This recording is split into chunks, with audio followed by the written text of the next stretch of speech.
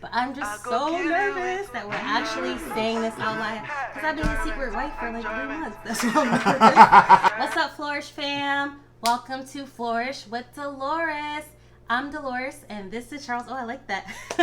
I'm Dolores and this is Charles, and on my channel I share tips on how to embrace your journey and remind you that flourishing is about progress and not perfection, honey.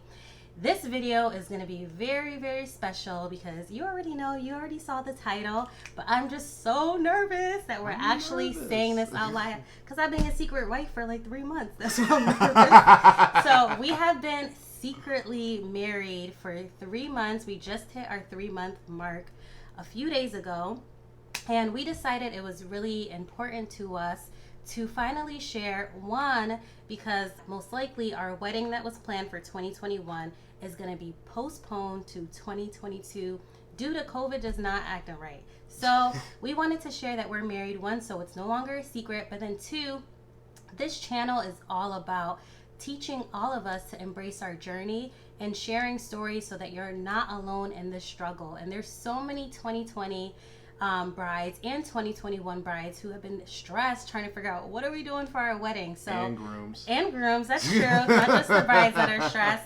So we wanted to share our story. That way you know that you're not alone if you are a 2020 or 2021 bride. You get to hear a little bit about ours and what we're doing or trying to do to plan. So you want to kind of throw it back and tell them how this all began? I sure can. So, well, I guess it kind of started when COVID happened in March. I think like a lot of other people, we initially thought that it wasn't going to be such a long-term thing, that maybe just going to be for a couple months and then we'd be back to normal. But clearly, that's not really happening anytime soon. Mm-hmm. And so we ran into a couple of concerns. Number one being that, would our wedding be in jeopardy next year? And then number two, for me, in terms of what our plans were going to be going into the wedding, because I was finishing my training program in residency, and my original plan was that I was going to move back into my parents, we're going to save some money for the next year, and then go towards a wedding. But for a couple of reasons. Number one being that it may not have been the safest thing for me to do at that time, for me to be working in the hospital and then come home to my parents. So I was worried about giving the coronavirus to them. Not to say that I was worried about giving it to Dolores either, but but it was a concern nonetheless. Right. And so we kind of reevaluated and thought, maybe it would make more sense for me to get my own place, but then that'd be spending more money. Right. And the whole purpose of him moving with his parents after residency was because we had a year between June when he finished residency to June when we were supposed to get married in 2021. So I'm like, you're not about to go move in an apartment and then spend more money when we were really trying to save. See, I was going to have my bachelor pad for a year. I was excited to move into my own apartment. I was excited for my final year, too, of my hot girl summer. Hot girl. See? COVID messed that up. See, that's what happened. All you girls had the little hot girl summer, and then all of a sudden, next summer, what happened? COVID. We got a little too hot. Yeah, see? So we then talked about the idea about what would happen if we decided to move in together. Now, for me, just how, my traditional background, how I was brought up, it was important to me that if we were going to move in together, that I wanted to be married. Not to say that I'm looking down on anyone if that's, right. What you decide to know, that was just something personal for me, right. that I wanted to do. Right. And even for me, when we started having that discussion, because this was around maybe April, May, oh, you're supposed to be moving home next month or June, and COVID still isn't getting better. So actually this was April. Mm-hmm. So then we said, let's give it till May. Like maybe in May, COVID will get better. So literally it was like June where we were like, okay, you're moving out of, New York City in 2 weeks. Obviously COVID isn't getting better. You can't live home. So we got to get married. And for me, I was just so nervous about that because my concerns was I didn't want to get married twice because I was thinking, what about next year's wedding? Are we still going to feel special when we get married next year? But then too, I was also like how you talking about your bachelor pad. I was also excited about my last year, enjoying my last year as a single woman, just doing my own thing. I love being by myself. What was you going to be doing? I'm living my best life. Just doing my own thing, just being by myself. I don't got to cook for nobody. I can eat cereal for dinner. I could just, just be like, I was afraid that, and we'll talk about this a little bit later, but I was afraid that marriage would compromise my me time, if that makes sense. And then also my girl time. But COVID stole my girl time anyway. But we'll talk about that a little later. So we ultimately decided that, yes, we were going to get married. And I guess before then, even before we had made that decision, we were involved in marriage counseling. So we already kind of started to build a little bit of the foundation, which I believe we have another video about that, right? That's yes. Okay. Go check out our marriage counseling video. See, look at that shameless plug. Yes, babe. You ready for YouTube? But that's exactly why in that video I actually mentioned how we were going to spread out our marriage counseling over the year and maybe do one a month. And then I said in the video, like, then we just decided to go really quick. That's why we decided to finish all the sessions back to back. And it went, pretty well anyway. Yeah. But we were those like super wedding planner people where by March we had already picked out our wedding venue for next year. We doing marriage counseling. Like we were very ahead of our 2021 wedding planning.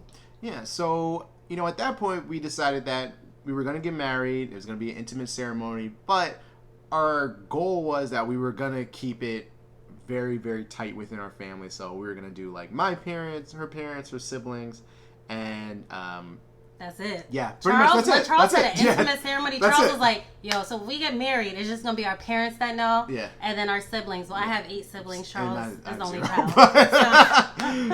So it was, our parents knew. Yeah. My siblings knew. Our siblings now knew. And that was that. And I actually struggled with no one knowing. It's weird because first I struggled with the fact that we were getting married earlier, but then I struggled with no one knowing because I'm such an open book between you two, between my line sisters, my bridesmaids. They can ask me anything and I'll be like, oh yes, this is what I do, blah, blah, blah.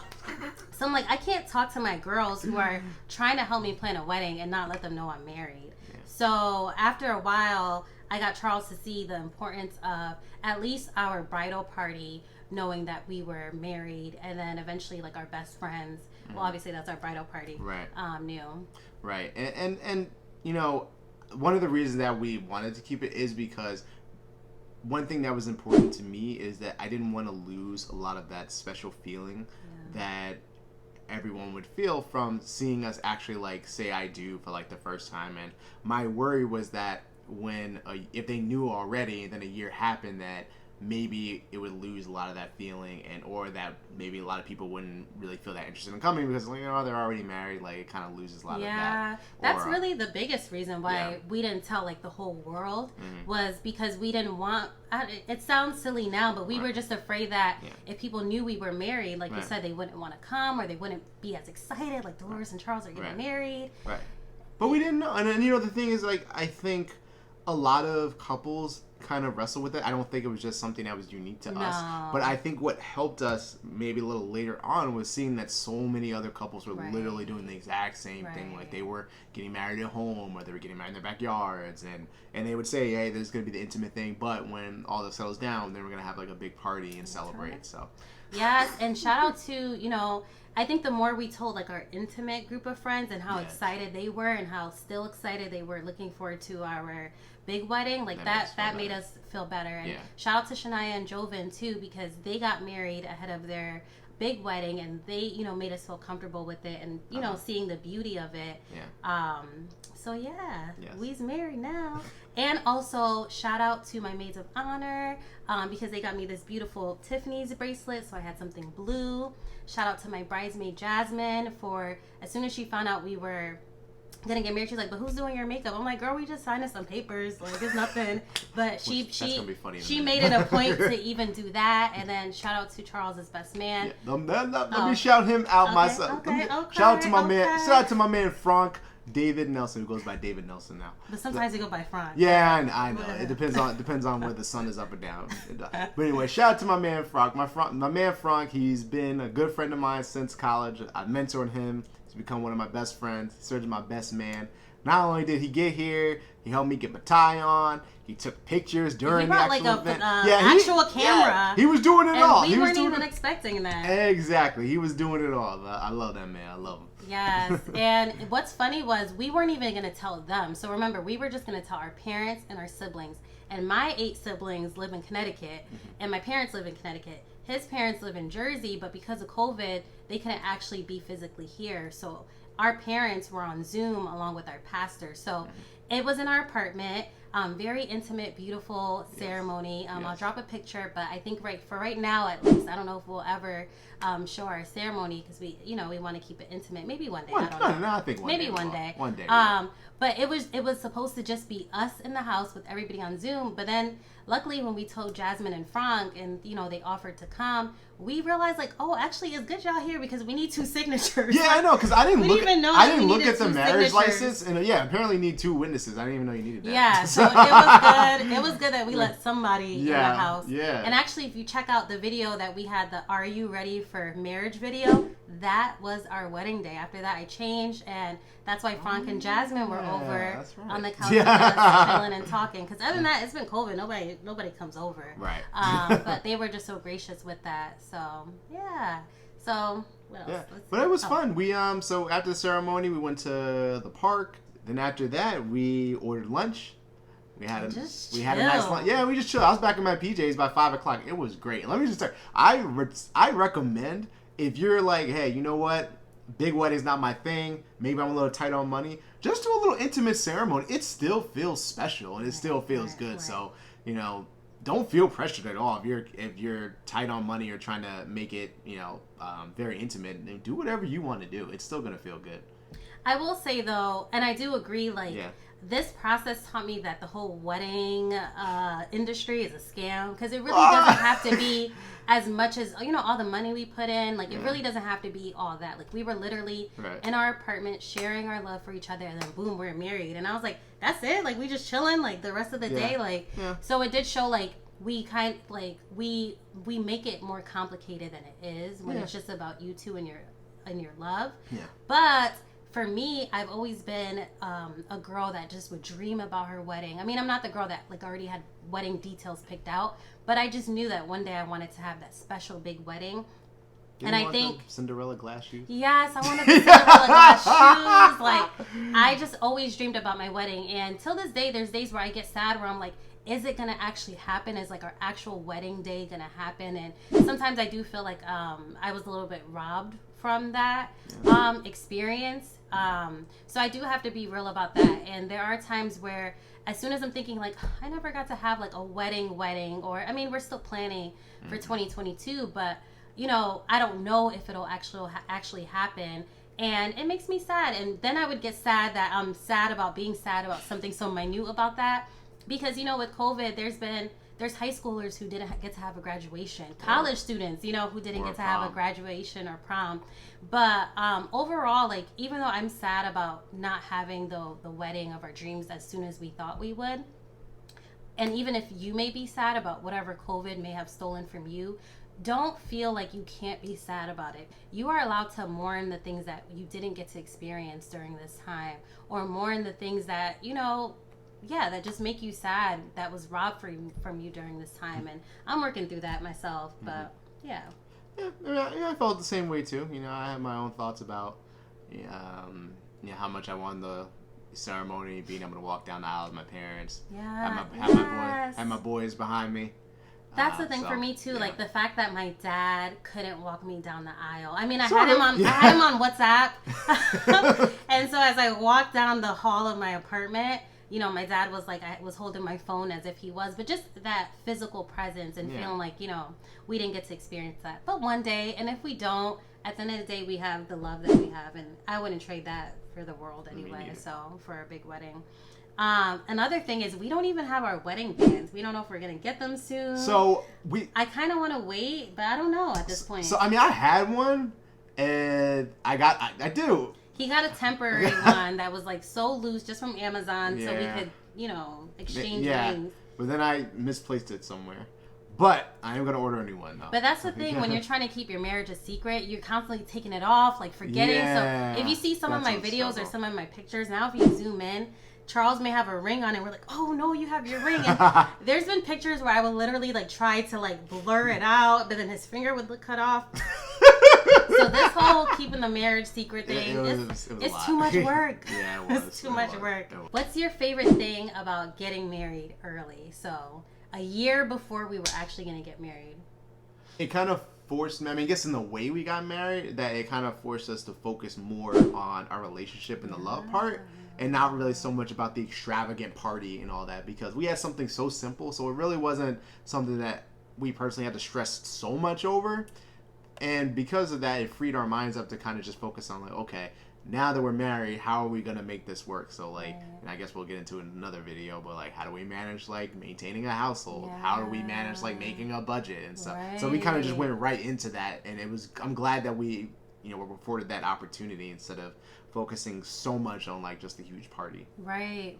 And you always say, especially during the times where we were keeping the wedding or our marriage a secret, that one of the benefits is that we didn't have everybody and their mama calling us like, so what's marriage like what's going on, or you guys should be doing this for your marriage. Like we got to define what our marriage was going to be like, because the world didn't know we were married. So that's something that actually ended up working out. What surprised you the most about marriage? Can I answer first? Yes, go ahead. So again, a little bit before, I was talking about how I was like, I want my freedom, I want my hot girl summer.